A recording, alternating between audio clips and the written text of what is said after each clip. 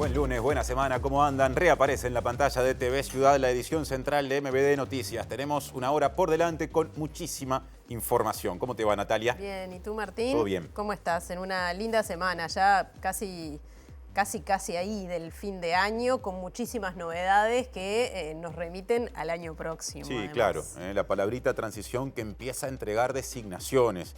Y empezamos por ahí porque el presidente electo, Yamandu Orsi, ustedes lo saben y si no se los recordamos, develó la incógnita y hoy presentó oficialmente a la totalidad de su gabinete ministerial, lo que incluye ministros, ministras y también responsables de subsecretarías. Por el momento, en cambio, no se designó a quienes encabezarán las direcciones generales de secretaría de cada ministerio. Además, Orsi confirmó a los responsables de la Oficina de Planeamiento y Presupuesto del próximo gobierno. El compromiso que asumió sobre la paridad no se cumplió porque en el número total de designaciones se llegó a poco más de 30% de mujeres entre ministras y subsecretarias. Ya estaremos encarando un informe pormenorizado con todas las designaciones que hoy se conocieron y habrá, como siempre, más asuntos. Sí, hay mucho más. Repasamos los titulares. En su columna semanal, Eduardo Botinelli analiza el equilibrio de género y la correlación de fuerzas políticas, entre otros aspectos del gabinete ministerial designado por el presidente electo Yamandu Orsi. La Universidad de la República aprobará este martes su plan estratégico de desarrollo para el próximo quinquenio y la solicitud presupuestal para 2025. El nuevo rector, Álvaro Mombrú, valoró que el documento ya está pronto, teniendo en cuenta que abarca 15 líneas programáticas. El defensor de vecinas y vecinos de Montevideo, Daniel Arbulo, sostuvo que la ciudad tiene un problema serio de convivencia en espacios públicos y también en el Estado, en sus distintas dimensiones, que no está pudiendo dar respuesta. El senador electo Andrés Ojeda será designado como nuevo secretario general del Partido Colorado el próximo sábado 21, tras el acuerdo alcanzado entre los distintos sectores para presentar una lista única para la integración del Comité Ejecutivo Nacional. Al cumplirse un año de la llegada de Javier Milei al gobierno de Argentina, Amnistía Internacional advirtió sobre el clima de polarización y violencia que se vive en ese país, alertando acerca de la pérdida de derechos y de calidad de vida de la población.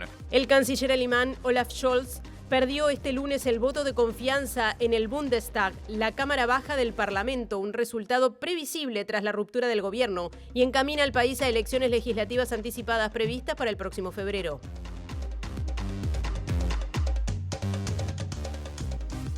Saben que además de vernos en la pantalla de TV Ciudad, pueden seguirnos en vivo en cualquiera de sus dispositivos por tvciudad.uy, a través de YouTube, y nos pueden escuchar por la radio de la Universidad de la República, uniradio.edu.uy o 107.7 FM. Salimos del estudio, Martín.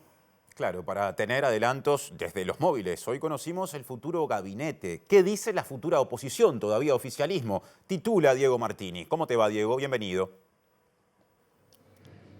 Martín, Natalia, ¿qué tal? Buenas tardes para todas y todos. Así es, actividad de la Lista 71, uno de los sectores con más historia dentro del Partido Nacional, el herrerismo. Vamos a tener la palabra de Luis Alberto Heber, que fue ministro de 2 carteras de Transporte y Obras Públicas y también ministro del Interior. Vamos a consultarle a propósito su opinión acerca del nuevo gabinete, de una nueva oposición que tendrá el Partido Nacional en coalición a partir de marzo de 2025. El censo dejó muchos datos, pero también reivindicaciones. Julieta Núñez Tomás, ¿cómo te va? ¿Cómo estás, Martín? Espero que muy bien, así es. Vamos a estar hablando sobre el censo y en particular sobre algunos cuestionamientos que se generaron luego de la entrega de los detalles técnicos con respecto al censo que evidencian una omisión que se profundiza en las capas más pobres de la sociedad. Una omisión me refiero a que no se realizó el censo en algunas personas, pero además esto se acompaña de reclamos sindicales y vamos a estar abordando eso dentro de unos minutos nada más. Bien, y ahora vamos a escuchar algunas palabras del presidente electo Yamandu Orsi tras designar al gabinete que será parte del gobierno desde 1 de marzo de 2025. Se instalará en el futuro gobierno. Este es el equipo que a partir de ahora empezará a articular con quienes han sido designados para el intercambio de la transición, Sánchez y Díaz, quienes empezarán a trabajar de cara a la conformación de las actividades del futuro gobierno. Muchísimas gracias. Gracias a los periodistas y a la prensa que han hecho un trabajo maravilloso de poder ir adivinando y encontrando las respuestas. Gracias por acercarse hasta acá.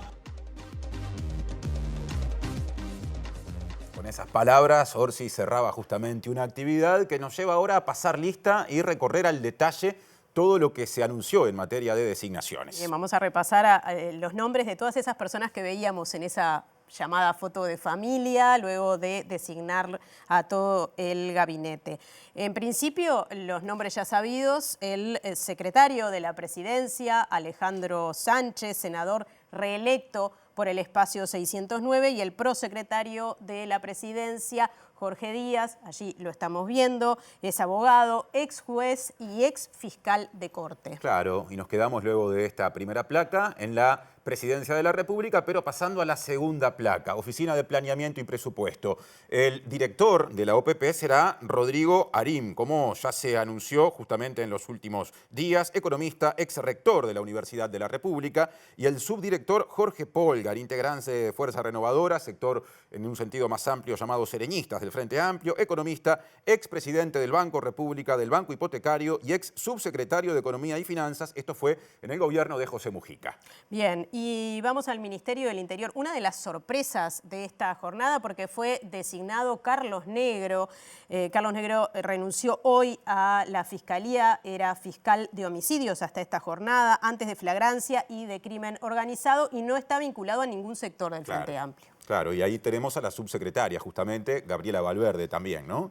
Exactamente, Gabriela Valverde, que es de la vertiente artiguista, contadora pública y asesora del Ministerio del Interior durante el último gobierno del Frente Amplio. Seguimos repasando ministerios, pasamos a Relaciones Exteriores. Ahí está la Cancillería. El canciller será Mario Lubetkin, de profesión periodista. Desde el año 2014 se venía desempeñando como representante para esta región de la Organización de las Naciones Unidas para la Alimentación y la Agricultura, la FAO. La subsecretaria, en la foto más pequeña, Valeria Zuccasi, licenciada en Relaciones Internacionales, funcionaria de carrera de Cancillería, actual embajadora uruguaya en Malasia, lideró el equipo uruguayo que negoció el primer acuerdo, no el de este año, sino el del año 2019 entre Mercosur y Unión Europea. Bien, pasamos al Ministerio de Defensa. Allí está la designada ministra Sandra Lasso, senadora reelecta del espacio 609, integrante de la Comisión de Defensa Nacional del Senado, vicepresidenta del Frente Amplio y comunicadora de profesión. Efectivamente, y tenemos ahí a su subsecretario también, sí, ¿no? Lo vemos a Joel Rodríguez. Joel Rodríguez, subsecretario, director de Recursos Financieros del Ministerio de Defensa Nacional durante el último gobierno del Frente Amplio y adscripto del ministro en ese periodo. Y ahora pasamos a una designación que no fue sorpresiva porque fue la primera de todas. Ministerio de Economía y Finanzas. El ministro será Gabriel Odone, economista que fue socio de la empresa CPA Ferrere hasta el año pasado. Y el subsecretario será Martín Valcorba, integrante del sector Sereñistas del Frente Amplio, fue director de Asesoría Macroeconómica y Financiera y coordinador del Programa de Inclusión Financiera en el Ministerio de Economía y Finanzas en anteriores gobiernos del Frente Amplio. Tampoco fue sorpresa la designación del Ministerio de Salud Pública, al menos de la ministra Cristina Lustenberg, porque fue uno de los primeros nombres que sonó. Cristina Lustenberg es médica pediatra de profesión, es integrante del sector PAR, Participar, Articular y Redoblar, del Abrazo, actual diputada senadora electa en estas elecciones y fue subsecretaria del Ministerio de Salud Pública durante una parte de la última administración del Frente Amplio. Y la va a acompañar Leonel Brioso como subsecretario. Leonel Brioso, quien también es médico, ginecólogo, docente universitario, director de una de las cátedras de ginecotología de la Facultad de Medicina, integrante del espacio 609. También fue subsecretario del Ministerio de Salud Pública en el segundo gobierno Frente Amplio. Claro, así que él lo volverá a hacer en este caso. Exacto. Pasamos al Ministerio de Educación y Cultura. José Carlos Maía será el ministro, es docente de Historia, integra Asamblea Uruguay, sector que pertenece a ese paraguas más amplio llamado Sereñistas, actual senador y diputado electo por Canelones. Y la subsecretaría va a ser para Gabriela Verde, que es maestra, integrante del Partido Comunista del Uruguay, fue consejera del ex Consejo de Educación Inicial y Primaria en representación del sector docente, porque además fue militante sindical durante mucho tiempo. Bien, vamos a ver el Ministerio de Transporte y Obras Públicas. 2 mujeres van a estar al frente de este ministerio. Lucía Echeverri, quien se hablaba que sería la ministra de Vivienda y finalmente fue designada ministra de Transporte, es asistente social de profesión, integrante del Espacio 609, actual diputada, senadora electa, directora de obras de la Intendencia de Canelones anteriormente. Y la subsecretaria de este ministerio, Claudia Peris, directora general de obras de la Intendencia de Canelones. De una dupla de mujeres pasamos a una dupla de hombres, en un ministerio que creo que siempre ha tenido hombres a la cabeza, como es el Ministerio de Ganadería, Agricultura y Pesca. Alfredo Frati será el ministro, es veterinario de profesión, integrante del Espacio 609, productor rural, actualmente diputado, senador electo y expresidente del Instituto Nacional de Carnes en gobiernos del Frente Amplio. Su subsecretario va a ser Matías Carámbula, ingeniero agrónomo de profesión, integrante del Partido Comunista, agrego yo, hijo del dirigente frente amplista histórico Marcos Carámbula, que fue director de la Agencia de Desarrollo Rural de la Intendencia de Canelones. Y ahora pasamos al Ministerio de Industria, Energía y Minería. También me tocan estas dos mujeres que estarán encabezando este ministerio. Me animo a decir que es la primera vez que dos mujeres están al frente del Ministerio de Industria, ¿no? Sí, posiblemente. Llama bastante la atención. Fernanda Cardona, ella es abogada de profesión, integrante del Espacio 609 y actual integrante del directorio de UTE en representación del Frente Amplio. Eugenia Villar es abogada también, integró equipos técnicos de la campaña de la precandidatura presidencial de la vicepresidenta electa Carolina Cos. Ahora pasamos al Ministerio de Turismo, que por cómo fue circulando la información en días anteriores, quizás fue uno de los que se confirmó en cuanto a su cúpula más tardíamente. Pablo Menoni será el ministro de Turismo durante el próximo gobierno y podemos decir que es ingeniero electricista de profesión, integrante del sector La Amplia, que tiene a la vicepresidenta electa Cose como referente justamente, y actualmente director de transporte de la Intendencia de Montevideo. Y la subsecretaria será Ana Claudia Caram, que integra el sector sereñista, es una dirigente y militante del departamento de Rocha, que fue subdirectora de Turismo en la Intendencia de Rocha durante administraciones del Frente Amplio. Pasamos al Ministerio de Trabajo y Seguridad Social. No es novedad que Juan Castillo encabezará ese ministerio. Hace días que suena su nombre, secretario general del Partido Comunista. Fue director nacional de trabajo en el segundo gobierno del Frente Amplio y también coordinador del PIT-CNT. Y su subsecretario es un destacado profesional, Nachi. Un destacado profesional al que recurrimos muchas veces para consultas. Hugo Barreto, abogado de profesión, catedrático de Derecho de Trabajo y Seguridad Social, integrante del Partido Demócrata Cristiano Sereñistas. Ahora pasamos a otro de los ministerios que tendrá ministra a partir del 1 de marzo del año 2025. Hablamos de Vivienda y Ordenamiento Territorial. Cecilia Cairo va a ser justamente la ministra, es integrante del Espacio 609, actual diputada, senadora electa, también fue coordinadora del programa de mejoramiento de barrios en ese ministerio cuando era de Vivienda, Ordenamiento Territorial y Medio Ambiente durante el último gobierno del Frente Amplio, así que conoce esa casa, digamos. Y el subsecretario va a ser Cristian Di Candia, integrante del sector Magnolia, que forma parte de un paraguas más amplio llamado Progresistas dentro del Frente Amplio. Fue intendente de Montevideo, recordemos, en el final del periodo de gobierno anterior y antes había sido prosecretario de la Intendencia. Uno de los últimos designados, sí, además.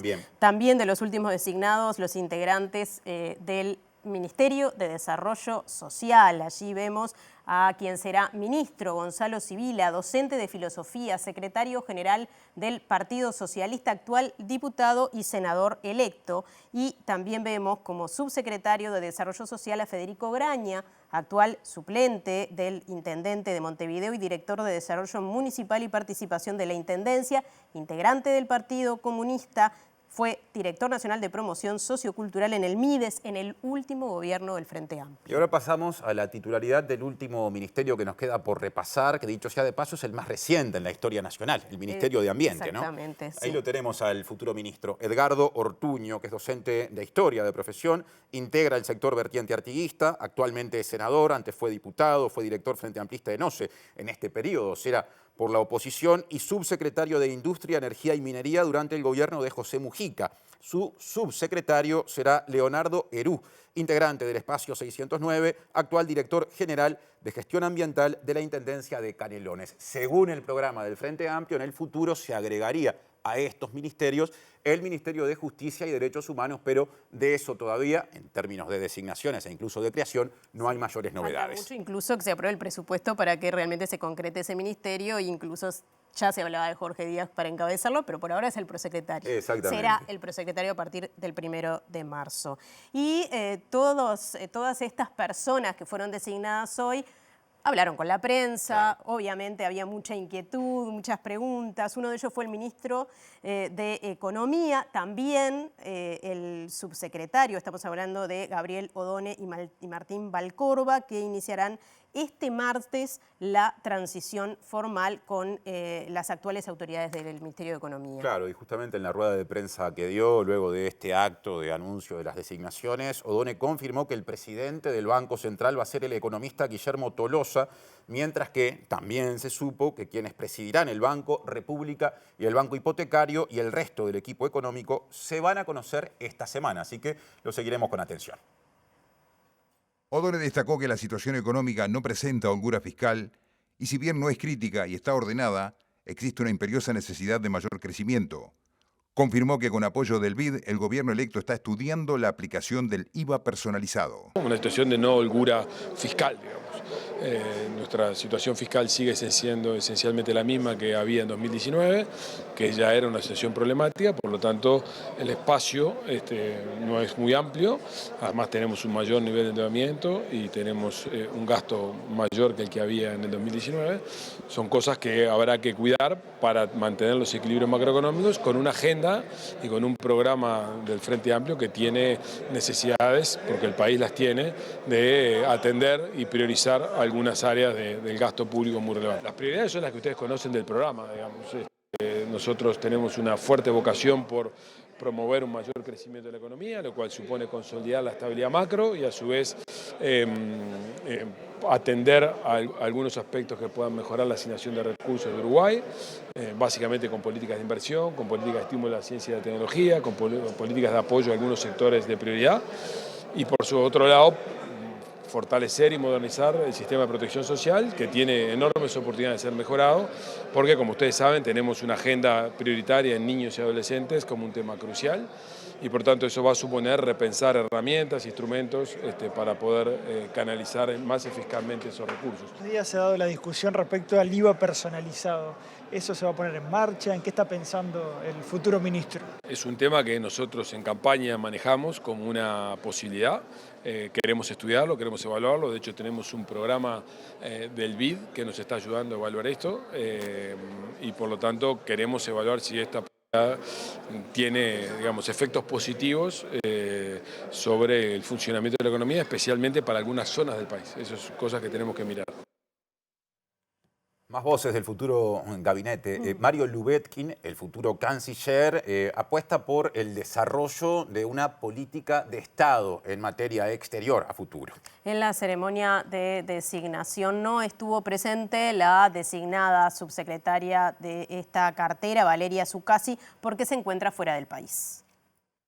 Lo primero que hice fue agradecerle al presidente electo la confianza, porque sin duda es una fase bien peculiar de la política exterior y sobre todo pensando en la política exterior, ojalá cada vez más como una política de Estado y ojalá pensar la política exterior, ojalá bien concreta para que ayude a resolver cosas en este país. Y la segunda cosa, que también es una sensación muy bonita que tengo, es haber conocido hoy al gabinete.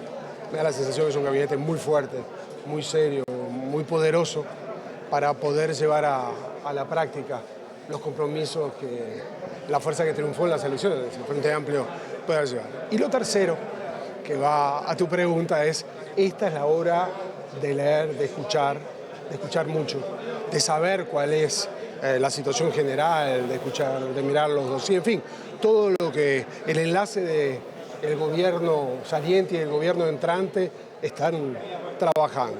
Y prepararnos para que el 1 de marzo, cuando nos toque gobernar, tengamos toda la fuerza, el conocimiento y las posiciones para articular sobre todo los puntos de vista. Que la política exterior no es vista solamente como un juego de factores. Política exterior hoy es economía, política exterior hoy es medio ambiente, política exterior hoy es educación, política exterior es salud. O nos olvidamos del COVID. y ahora los debates que hay acerca de escenarios que hay en el Congo. Todo eso son aspectos de política exterior que vienen hacia adentro. Naturalmente no es responsabilidad central nuestra, están los ministerios correspondientes, pero nosotros tenemos que afrontar esta dimensión de política exterior para poder ayudar al país. Y en eso será extraordinario todos aquellos que empujen en la misma dirección. Es muy complejo, pero es extraordinariamente apasionante.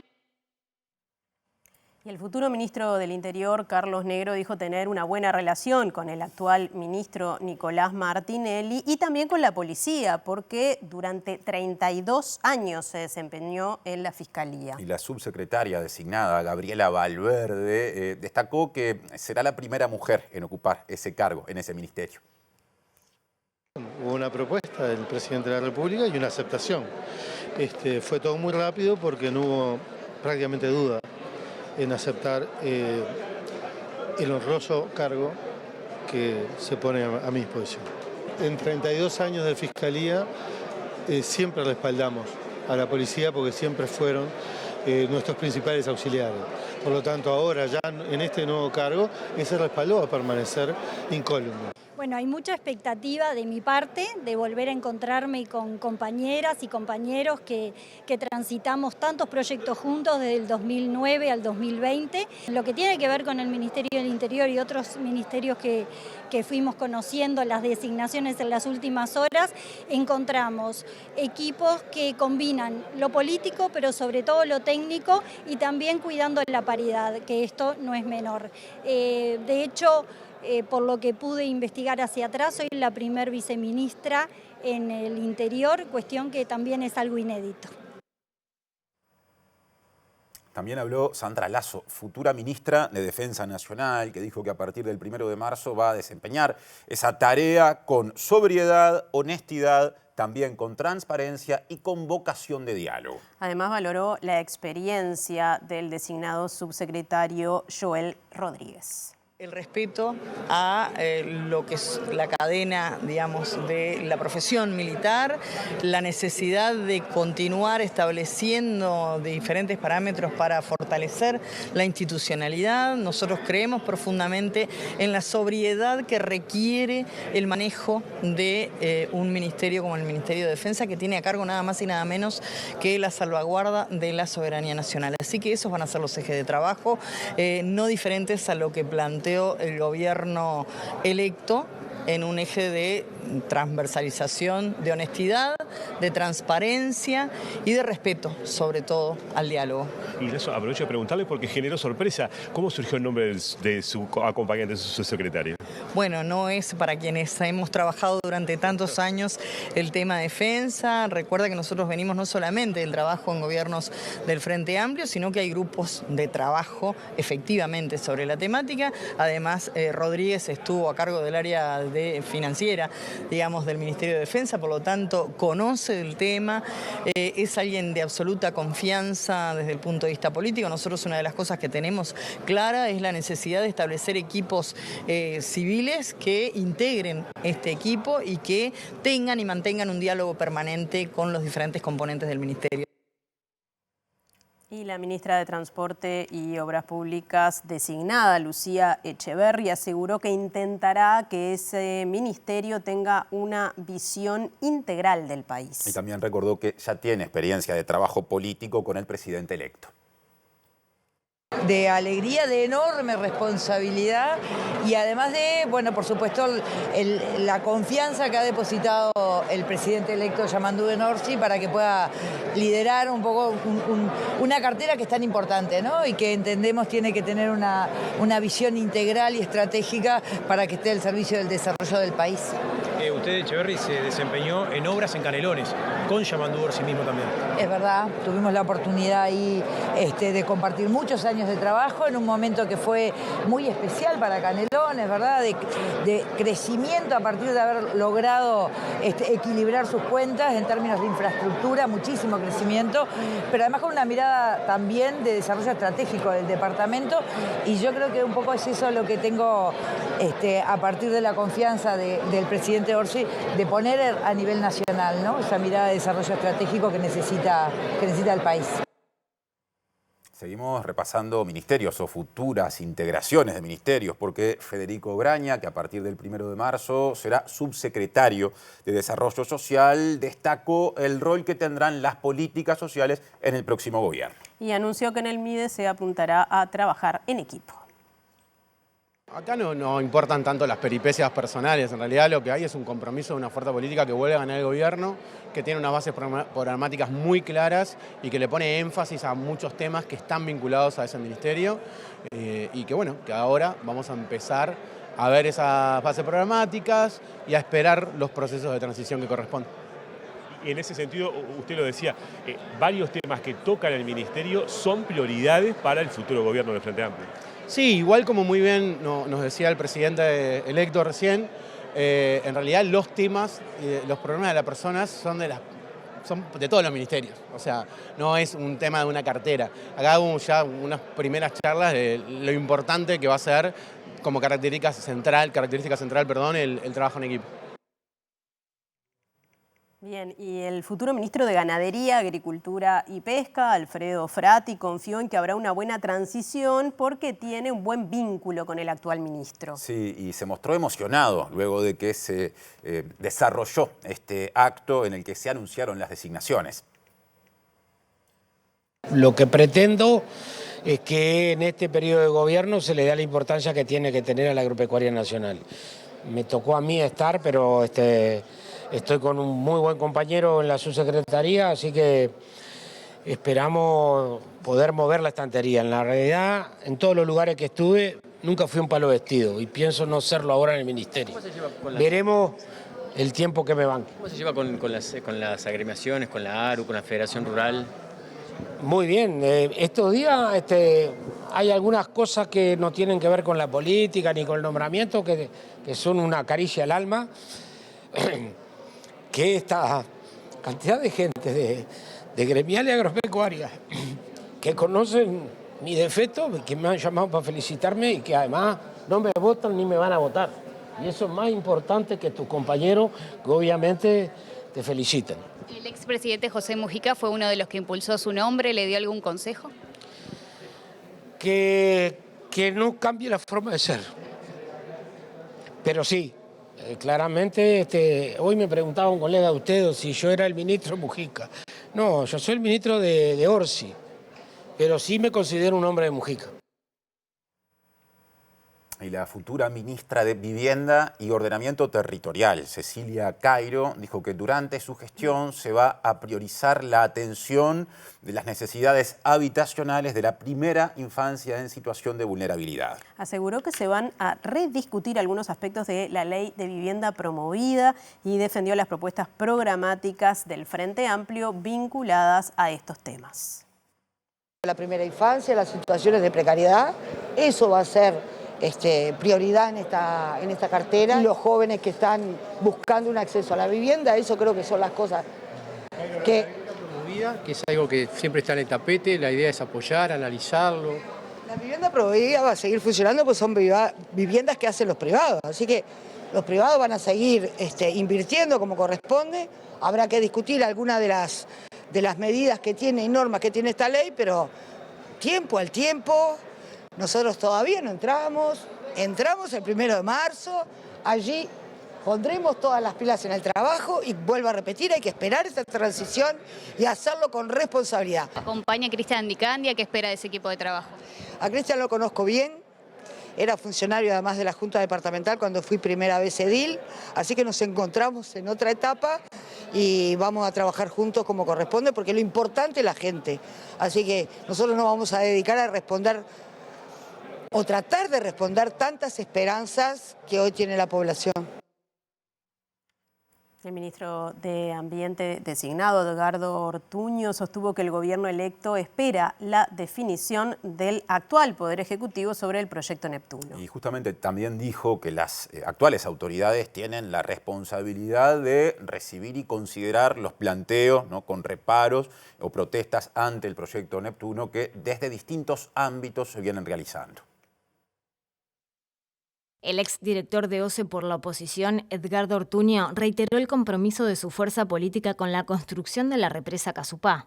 Lo que sucedió fue el otorgamiento de la autorización ambiental previa, que es uno de los tantos pasos que tiene que cumplir, un paso importante sin duda, pero uno de los tantos pasos que tiene que cumplir un proyecto de esta naturaleza. Restan pasos realmente significativos por delante que no se han cumplido y por eso estamos a la espera de cuál sea la decisión del gobierno actual, que es quien tiene la responsabilidad de considerar los cuestionamientos y reparos que se han planteado desde la academia, desde las universidades, en temas técnico-ambientales vinculados a la salinidad en la zona o a la concentración de cianobacterias, el polder que se ha generado como respuesta a eso, que para que la gente entienda es una laguna artificial, una reserva artificial de agua dulce, justamente para responder a la salinidad que ya hoy es una realidad comprobada, tenemos en ese punto. Hay también aspectos legales en la medida que tenemos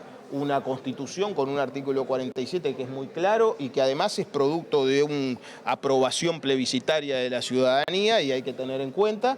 Y hay un aspecto que para mí es clave, que es el económico-financiero, ¿verdad? Los altísimos costos que están planteados.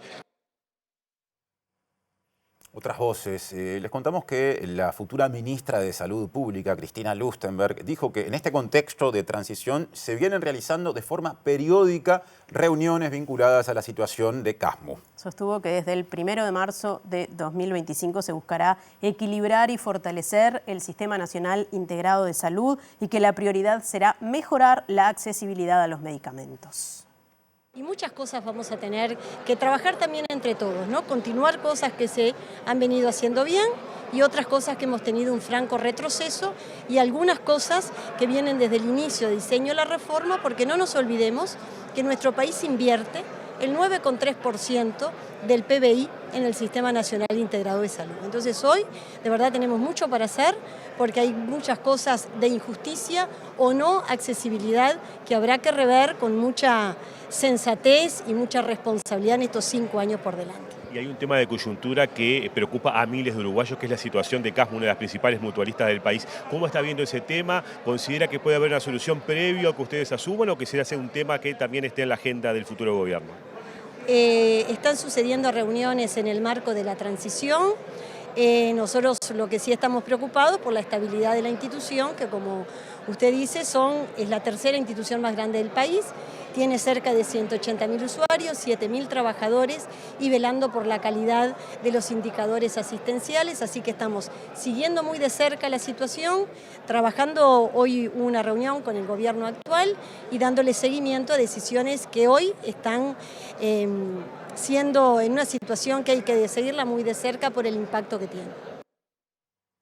Y José Carlos Maía, designado ministro de Educación y Cultura, dijo que será clave la interlocución dinámica con el sector cultural en este próximo gobierno. Y dijo que en materia de educación es necesario buscar acuerdos a nivel nacional más concretos que ambiciosos, así lo planteó y entiende que eso está alineado con lo que dice el programa del Frente Amplio. Lo primero es que cuando Yamandú asuma como presidente ya van a estar elegidas todas las horas en secundaria, en UTU, en primaria. Entonces ese va a ser un dato de la realidad que vos no lo podés cambiar. A partir de ello tenés que tomar 2 aspectos fundamentales. El primero, un análisis de contenidos y de lo que ha sido la aplicación. Sobre eso sin preconceptos. Habrá que cambiar todo lo que haya que cambiar y habrá que sostener aquello que haya que sostener. Parece una frase hecha. Yo no creo que deba adelantar contenidos porque además van a estar las autoridades de la ANEP a su momento que tienen la potestad constitucional de llevarlo adelante. Y en esos términos estoy convencido que la clave fundamental es tener un diálogo con los actores educativos, con la comunidad educativa.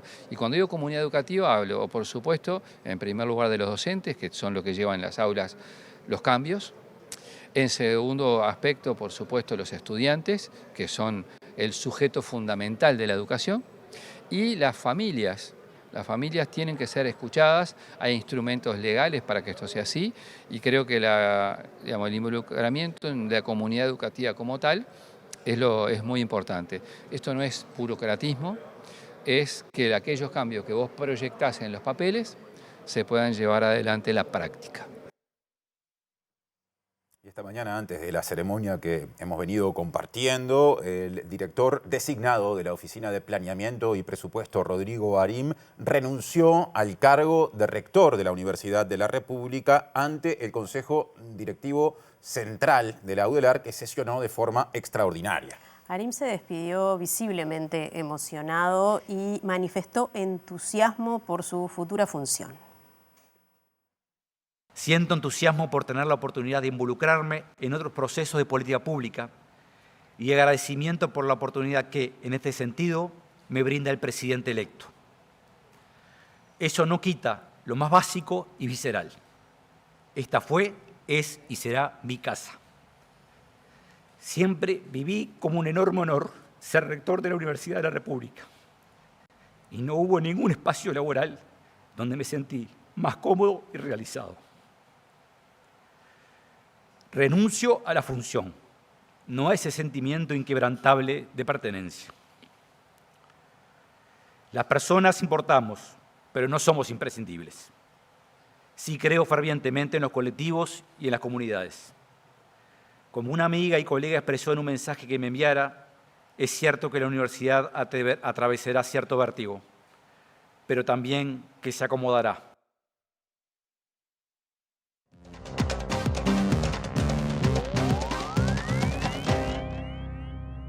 Este es un día como para adelantar la habitual columna de análisis político de los miércoles, día lunes, después de todo lo que hemos venido repasando, Eduardo Botinelli, para ponerle lectura política. ¿Cómo te va, Eduardo? ¿Qué tal, Martín? ¿Cómo estás? Todo bien. ¿Por dónde empezás? Porque tenés muchísimo hoy, ¿eh? Bueno, hay bastante. Bueno, una foto, primero lo que tiene que ver la forma de presentación, ¿no? Es decir, distinto a lo que es habitual, con una cuestión formal, pero también de impacto visual. Ese impacto visual nos muestra un primer punto, que es la no paridad del gabinete, que fue uno de los temas que estuvo en discusión en forma previa desde el propio Frente Amplio. Sí. O sea, no fue impuesto desde afuera, sino fue una cuestión de la propia campaña, donde primero va a ser un gabinete paritario, después va a tender a la paridad y terminó siendo menos de la tercera parte de mujeres en el gabinete, cuando contamos OPP y Presidencia de la República, Secretaría de Presidencia, que son los que tienen rango ministerial.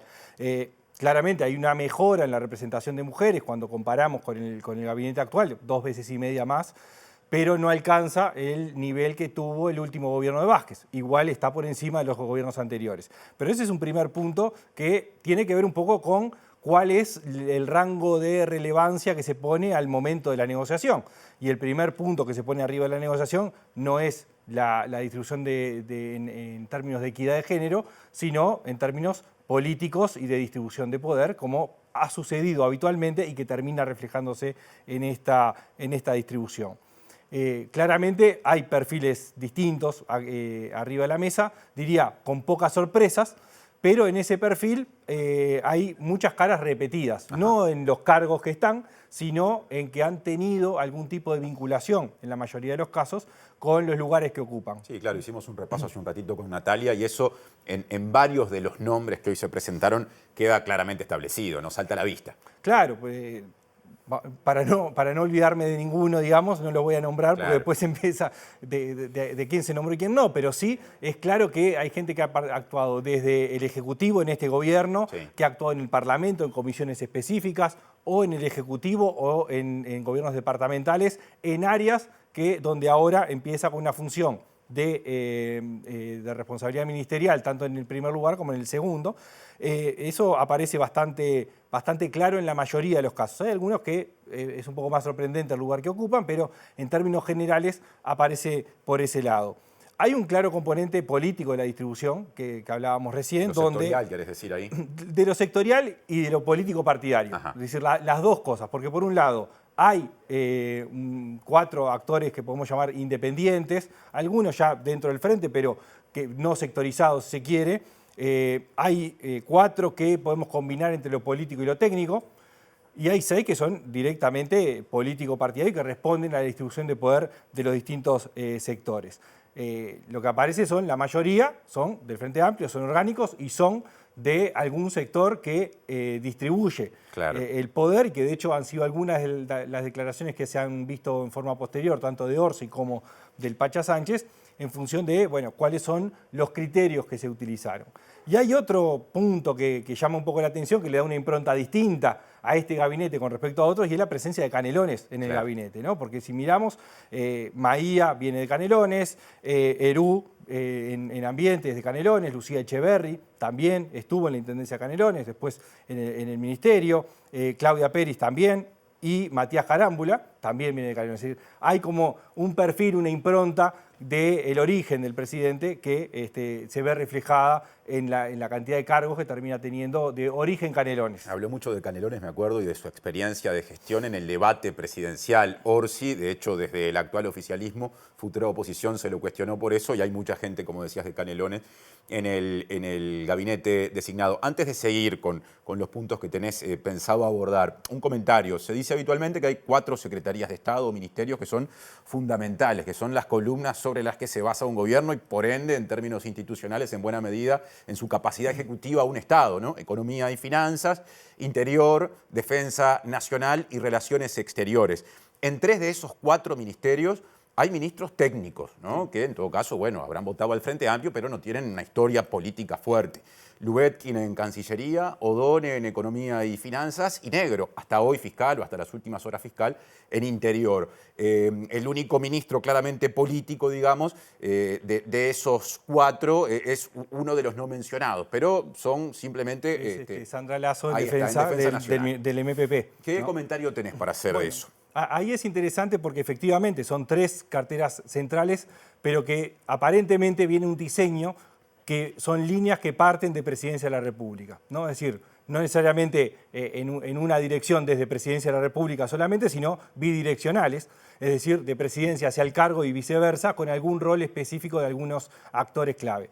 En Economía podemos ver a Rodrigo Arim como director de OPP, a Tolosa como presidente del Banco Central y a Odone en el Ministerio de Economía y Finanzas como un equipo que está jugando en conjunto desde al lado del presidente al Ministerio de Economía, jugando en un equipo armado de esa forma.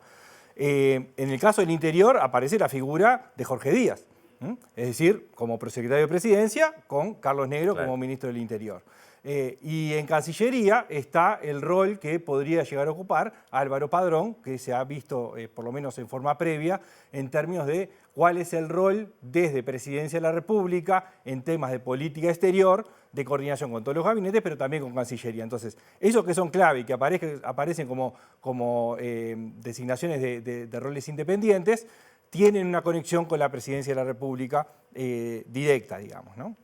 Nos queda un último comentario, capaz que lo sugeriste a la pasada. El rol de, por lo menos, un asesor presidencial que no estuvo presente en las designaciones, el rol de Álvaro Padrón, ¿no? Una persona que conocemos de esta casa por su tarea de analista internacional, muy cercano a Orsi, que ha hablado de una especie de búsqueda de diplomacia presidencial. ¿Qué hay para decir al respecto? Sumando ese nombre a otros de mucha confianza del presidente que recién repasaste. Bueno, sí, sin dudas, es un rol distinto que se quiere ocupar o un foco distinto de cuál va a ser la impronta que se le va a dar, que atraviesa varias carteras. O sea, aparece ese rol presidencial en muchos aspectos. Lo hablamos con el tema de Pacha Sánchez y el rol político y de articulación que tiene secretario de Presidencia, que lo tuvo con Álvaro Delgado y ahora lo retoma con Pacha Sánchez. Bueno, aparece un rol ahí de esa diplomacia presidencial más novedoso de concentración en la Presidencia de la República de muchas tareas que son compartidas o pueden entrar en colisión o colaborar con ministerios ya existentes. Lo mismo que hablamos con el tema de economía, con el tema de seguridad pública, es decir, hay como actores clave que están puestos a disposición, digamos, desde la presidencia para articular políticas específicas que van a dialogar con los distintos ministerios. Bueno, muchas gracias, Eduardo, por venir hoy, por responder en esta urgencia, y estaremos en contacto para mayores avances que habrá en las próximas semanas hablando de otras designaciones. Muchas gracias a ustedes. Seguimos haciendo MBD Noticias. Sigue Natalia. Bien, salimos un poco de la designación del gabinete, pero seguimos hablando de política partidaria. El senador electo Andrés Ojeda será el nuevo secretario general del Partido Colorado tras el acuerdo alcanzado entre los distintos sectores para presentar una lista única para la integración del Comité Ejecutivo Nacional. Las nuevas autoridades partidarias se elegirán el sábado 21.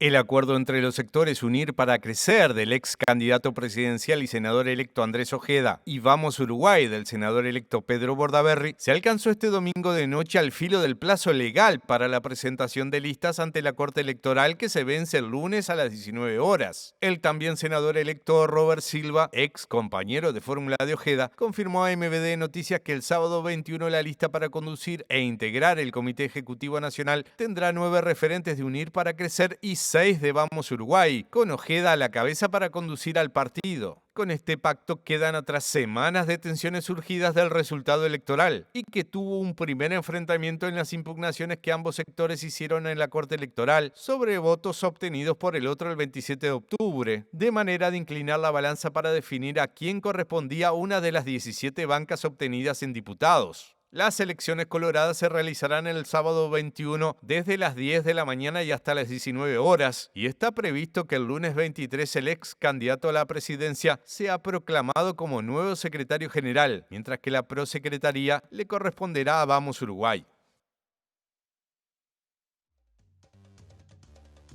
Vamos un poquito después de tanta información. Exacto, vamos a una pausa, volvemos con más.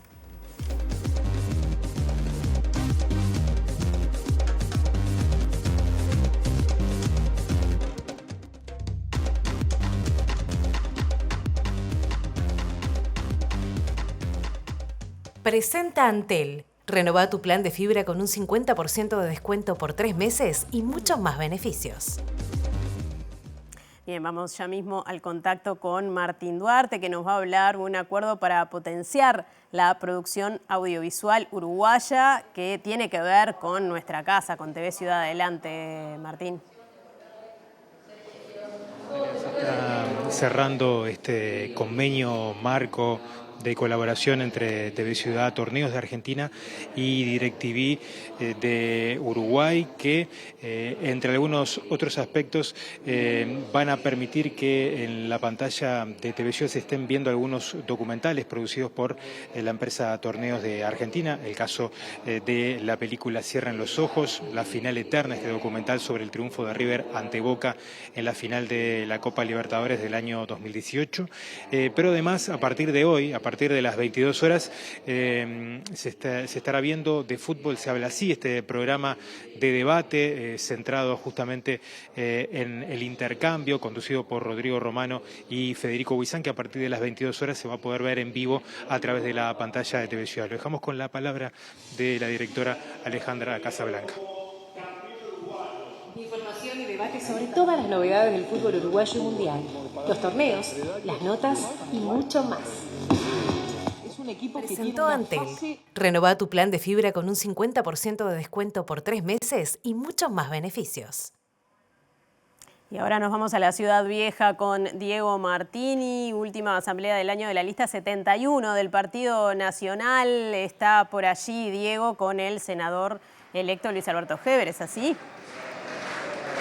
Sí, así es, compañeros. Acto de la lista 71, Casa del Partido Nacional, Luis Alberto Heber, senador electo, exministro. Como exministro, ¿qué opina de lo que es este gabinete que eligió el Frente Amplio? Bueno, recién nos estamos enterando de los nombres. Fiscal Negro, yo lo conozco bien. Lo he tratado en mi función como ministro del Interior. Espero que le dé el apoyo que necesita la policía para dar el combate contra el crimen organizado.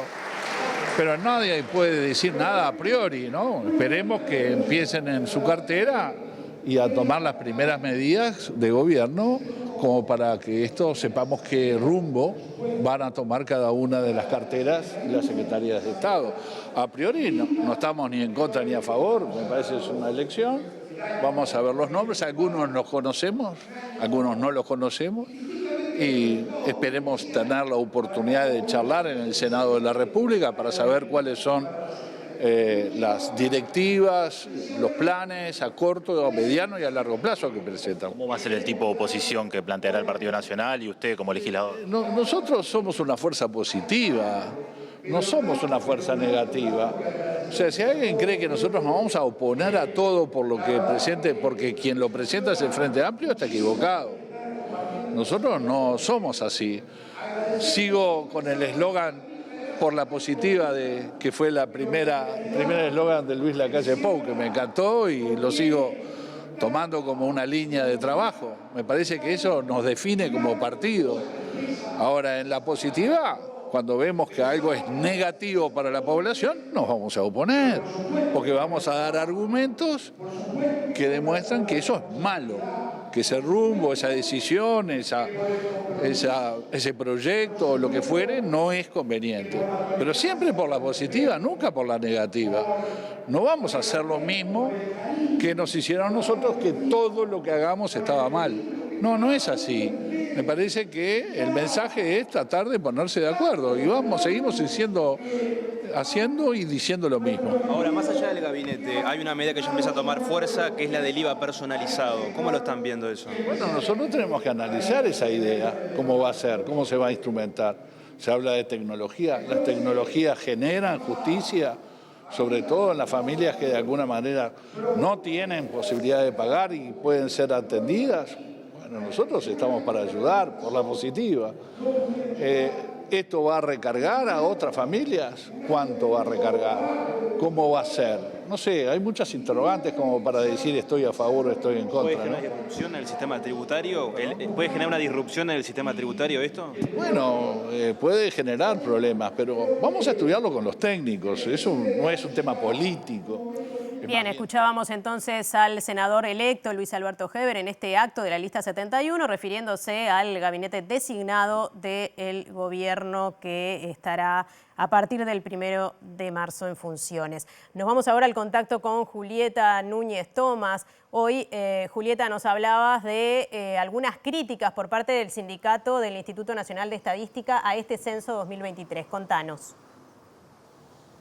Así es, Nati. El resultado del censo dejó muchas repercusiones, no solamente por los números, sino también por la metodología que se difundió hace algunas horas nada más y se conocieron algunos datos que preocupan en algunas esferas, en particular lo que tiene que ver con el número de omisión, que son las personas que no fueron censadas concretamente, y esa cifra que se eleva de la esperada, que era el 10%, de la comunicada, que era el 10%, en particular en las personas que viven en asentamientos, pero también otras poblaciones. Y por eso estamos con Marcos de Campo, del Sindicato de Trabajadores y Trabajadoras del INE. ¿Esta es la omisión esperable? ¿Por qué genera también estas repercusiones? Estoy hablando tanto de la del 10% como la de las poblaciones que me comentabas, que es aún mayor. Sí, no, es problemático, la verdad que es problemático una tasa de omisión, o sea que el 10% de la población no haya sido censada es un problema. El censo anterior tuvo una omisión del 4 con algo por ciento. Nosotros ya lo denunciamos en un comunicado la semana pasada y ahora a la luz de los resultados definitivos y publicados es más preocupante porque, como decías, en los asentamientos la tasa de omisión, o sea, la población que no fue censada en los asentamientos, asciende al 15%.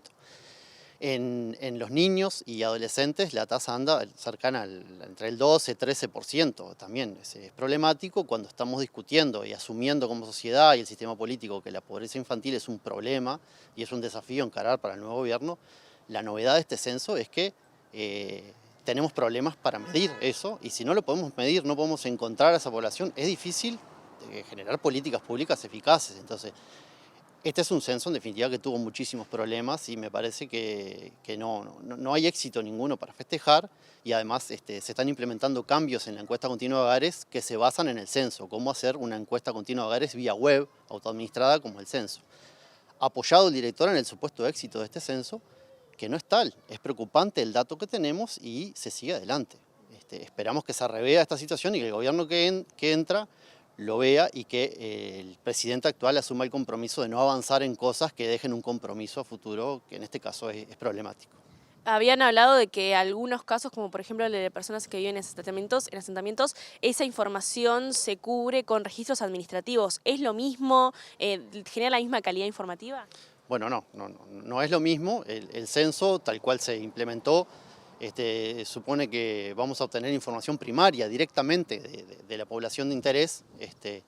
Lo que se hace con el registro administrativo es cubrirla desde otras fuentes que, como en toda investigación, se debería explicitar cómo, de dónde vienen esas fuentes y qué metodología se usó y qué supuestos básicos están atrás de esa combinación de la información. O sea, no es lo mismo y hay que explicitar un montón de cosas que el Instituto de Estadística tendría que aclarar, porque si no quedan un montón de dudas. ¿Cuáles son las respuestas a estas preocupaciones que le han planteado desde el sindicato? Bien, no, el tema del censo ha sido un tema vetado en la negociación colectiva con el director, lo dijo explícitamente, y durante el censo tuvimos la negociación cortada. Así que nosotros respuestas de la dirección de línea ante estos problemas no tenemos ninguna. Muchas gracias, Marcos. Bueno, gracias a ustedes. Marcos de Campo, el sindicato del INE. Esta preocupación también se eleva a otras esferas, como por ejemplo la academia, incluso los propios habitantes de los asentamientos, con quienes vamos a estar desarrollando más información en los próximos días. Presenta Mercado Agrícola de Montevideo, en el corazón de un barrio donde late la ciudad. Mercado de Historias.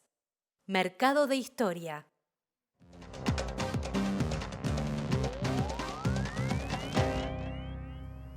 ¿Qué tal? Buenas noches. Abrimos el capítulo internacional y hablamos de la República Argentina, más precisamente del presidente Javier Milei, que regresó de Italia, como se dice popularmente, con viento en la camiseta, anunció inversiones, obtuvo la ciudadanía italiana, pero más allá de eso, las excelentes relaciones, destacó, que mantiene con Giorgia Meloni. También, antes de irse, dio una entrevista para medios italianos donde dijo que no tiene miedo de que atenten contra su vida porque lo transformarían en inmortal. Mientras todo esto, dice Milei, por otro lado, la organización Amnistía Internacional habló, al cumplirse un año de gobierno de Milei, del clima de violencia y polarización que se vive en la Argentina, destacando la pérdida de derechos, la pérdida de calidad de vida de la población, la represión, pero también la estigmatización de los opositores. Según Amnistía Internacional, a lo largo de este año, las políticas de ajuste económico y reformas promovidas por el gobierno han impactado negativamente en la vida de millones de personas, especialmente las más vulnerables, exacerbando las desigualdades y restringiendo libertades fundamentales, señala la introducción del informe. El trabajo destaca que en los últimos 12 meses el índice de pobreza aumentó del 41,7% al 52,9%, dejando a más de 15 millones de personas bajo la línea de pobreza, ya que las políticas de ajuste económico han recaído desproporcionadamente sobre mujeres, niños y sectores de bajos ingresos. Según el informe, la situación de las personas jubiladas cuyos saberes mínimos no alcanzan a cubrir la canasta básica dejan a millones de adultos mayores en situación de extrema vulnerabilidad, recordando que el veto presidencial a una ley de actualización previsional profundizó la crisis en este sector.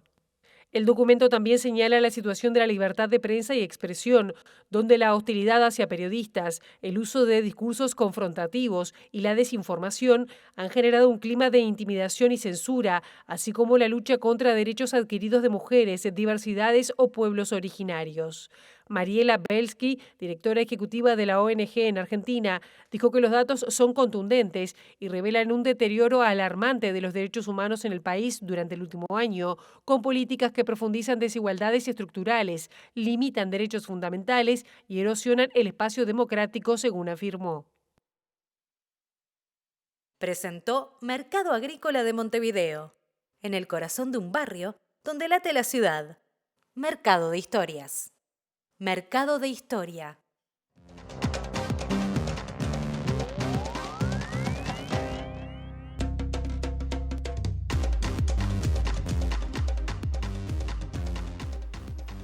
Último bloque de MB Noticias, rapidito. Claro, repasamos el pronóstico del tiempo, como siempre, antes de la despedida. Les contamos lo que prevé Inumet para las próximas 48 horas en Montevideo y área metropolitana. Mañana, martes 17 de diciembre, por la mañana, cielo algo nuboso, con periodos de nuboso, neblinas y bancos de niebla. Y por la tarde y la noche, algo nuboso y nuboso, con periodos de claro, por lo que no se pronostican lluvias. Temperaturas extremas pronosticadas para mañana martes, mínima 14 grados, máxima 26. Similar pronóstico el miércoles 18 de diciembre, con un poquito más elevada la temperatura. En la mañana también algo nuboso, con periodos de claro, en la tarde nuboso y cubierto, pero no hay por ahora pronóstico de lluvias. La mínima será de 15 grados y la máxima de 28.